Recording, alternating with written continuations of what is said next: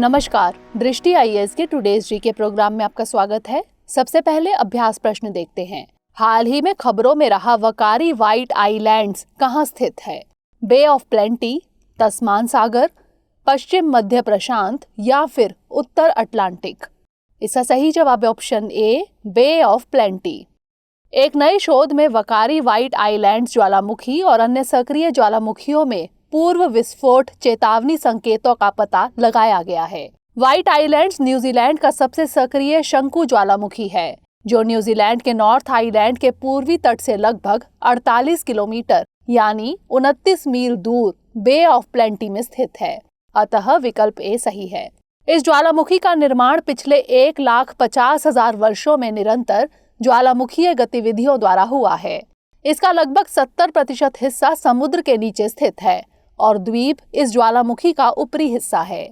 यदि पानी के नीचे मौजूद हिस्से को भी शामिल किया जाए तो व्हाइट आइलैंड न्यूजीलैंड में सबसे बड़ी ज्वालामुखीय संरचना है। यह द्वीप 1953 में एक निजी दर्शनीय स्थल बन गया। तो इस तरह इस प्रश्न का सही जवाब है option A, bay of plenty. आज के सेशन का पहला प्रश्न है, निम्नलिखित युग्मों पर विचार कीजिए। 1. 22 मार्च विश्व पर्यावरण दिवस। 2. 22 अप्रैल पृथ्वी दिवस। 3. 22 मई विश्व जैव विविधता दिवस। 4. 5 जून विश्व जल दिवस। उपरोक्त में से कौन से युग्म सही सुमेलित हैं? केवल 1 और 3, केवल 2, 3 और 4, केवल 2 और 3 या फिर 1, 2, 3 और 4। इसका सही जवाब है ऑप्शन सी, केवल 2 और 3। प्रतिवर्ष 22 अप्रैल को पृथ्वी दिवस के रूप में मनाया जाता है, अतः युग्म 2 सही है। इस दिवस का आयोजन पर्यावरण के विषय में जन जागरूकता बढ़ाने और आम जनमानस को इसे बचाने के लिए प्रेरित करने के लिए मनाया जाता है। अन्य महत्वपूर्ण दिवस हैं 22 मार्च विश्व जल दिवस, अतः युग्म 1 गलत है। 22 मई विश्व जैव विविधता दिवस, अतः युग्म 3 सही है। 5 जून विश्व पर्यावरण दिवस, अतः युग्म 4 गलत है। तो इस तरह इस प्रश्न का सही जवाब है ऑप्शन सी, केवल 2 और 3। अगला प्रश्न है, निम्नलिखित में से कौन सा यहाँ से मंगल मिशन है या फिर हैं? 1. Perseverance rover. 2. Hope mission. 3. तियानवेन-1।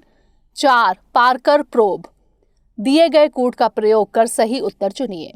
केवल 1 और 2, केवल 2 और 4, केवल 4 या फिर केवल 1, 2 और 3। इसका सही जवाब है ऑप्शन डी, केवल 1, 2 और 3। नासा का परसिवरेंस रोवर फरवरी 2021 में मंगल ग्रह पर उतरा था। संयुक्त अरब अमीरात यानी यूएई का पहला इंटरप्लैनेटरी होप प्रोब मिशन सफलतापूर्वक मंगल ग्रह की कक्षा में प्रवेश कर गया है। गौरतलब है कि इस मिशन की घोषणा वर्ष 2015 में की गई थी। चीन का अंतरिक्ष यान तियानवेन-1 अपने पहले मार्स रोवर ज़ुरोंग को लेकर मंगल पर उतरा है। पार्कर सोलर प्रोब नासा का एक अंतरिक्ष अभियान है जिसे वर्ष 2018 में सूर्य के बाह्य कोरोना का अवलोकन करने के लिए लॉन्च किया गया था, अतः विकल्प डी सही है। तो इस तरह इस प्रश्न का सही जवाब है ऑप्शन डी, केवल 1, 2 और 3।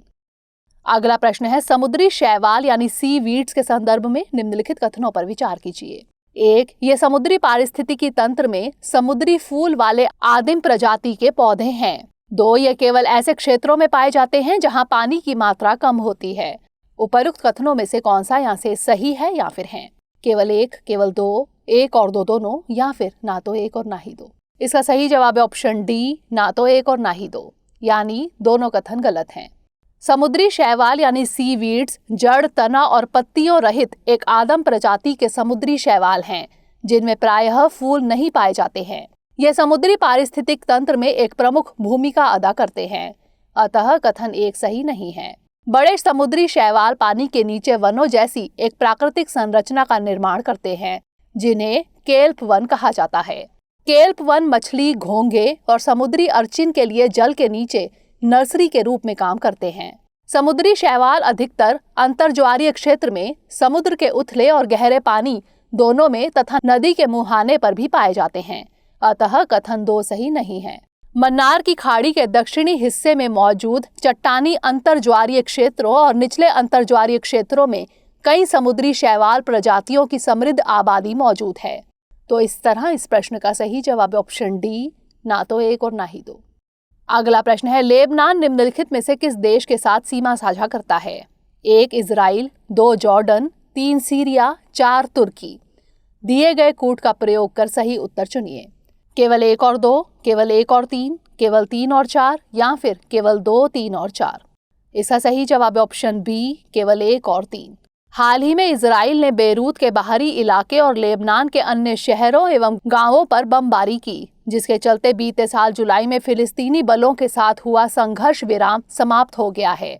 लेबनान भूमध्य सागर के पूर्वी किनारे पर स्थित एक छोटा सा देश है। यह उत्तर और पूर्व में सीरिया तथा दक्षिण में इजराइल के साथ अपनी सीमा साझा करता है, अतः विकल्प बी सही है। तो इस तरह इस प्रश्न का सही जवाब है ऑप्शन बी, केवल 1 और 3। अगला प्रश्न है, यूनिसेफ के संबंध में निम्नलिखित कथनों पर विचार कीजिए।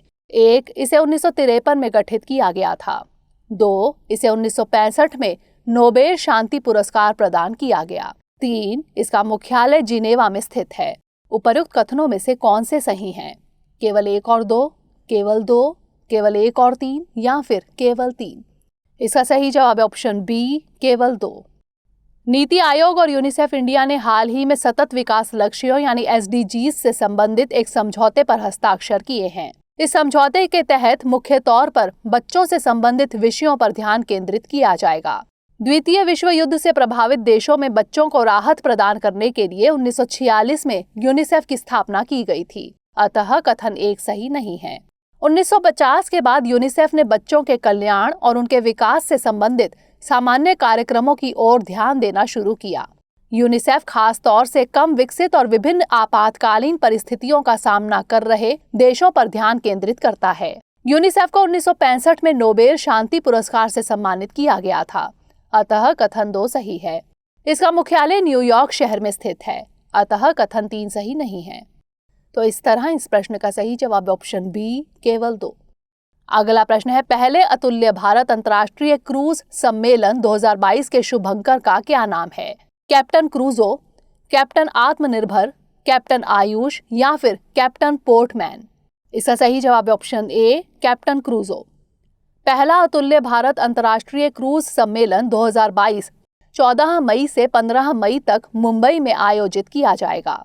बंदरगाह, नौवहन एवं जलमार्ग मंत्रालय, मुंबई पोर्ट अथॉरिटी और federation of Indian chambers of commerce and industry यानी फिक्की मुंबई में इस 2 दिवसीय कार्यक्रम का आयोजन कर रहे हैं।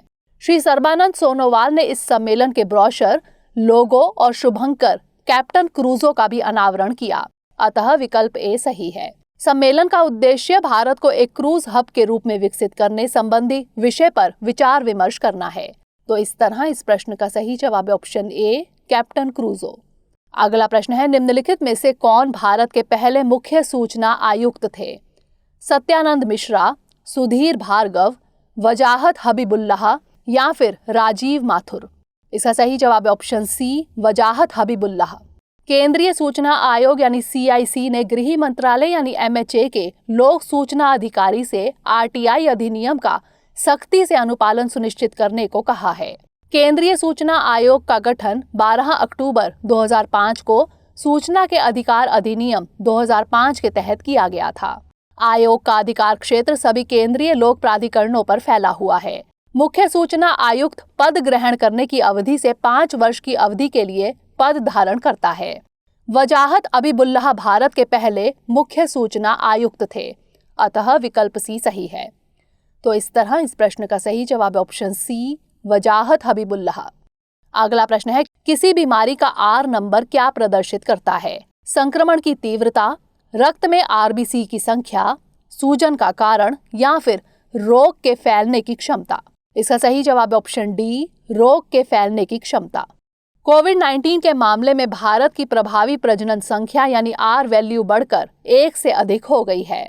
R नंबर कोरोना वायरस या किसी भी बीमारी के फैलने की क्षमता को रेटिंग देने या उसे प्रदर्शित करने का एक तरीका है, अतः विकल्प डी सही है। R उन लोगों की औसत संख्या को दर्शाता है जिन्हें वायरस से संक्रमित एक व्यक्ति संक्रमित कर सकता है। यदि R नंबर 1 से अधिक है तो संक्रमण के मामलों की संख्या बढ़ती रहती है, लेकिन यदि R संख्या कम है तो बीमारी अंततः फैलना बंद हो जाती है, क्योंकि प्रकोप को बनाए रखने के लिए पर्याप्त संख्या में नए लोग संक्रमित नहीं हो रहे हैं। तो इस तरह इस प्रश्न का सही जवाब है ऑप्शन डी, रोग के फैलने की क्षमता। अब नोट कर लेते हैं आज का अभ्यास प्रश्न। मिनामाता कन्वेंशन निम्नलिखित में से किससे संबंधित है? बाल अधिकार, ध्वनि प्रदूषण, मरकरी प्रदूषण या फिर अंतरिक्ष कचरा? इसका उत्तर हमें कमेंट सेक्शन में जरूर भेजिएगा। अगले सेशन में नए प्रश्नों के साथ मिलेंगे।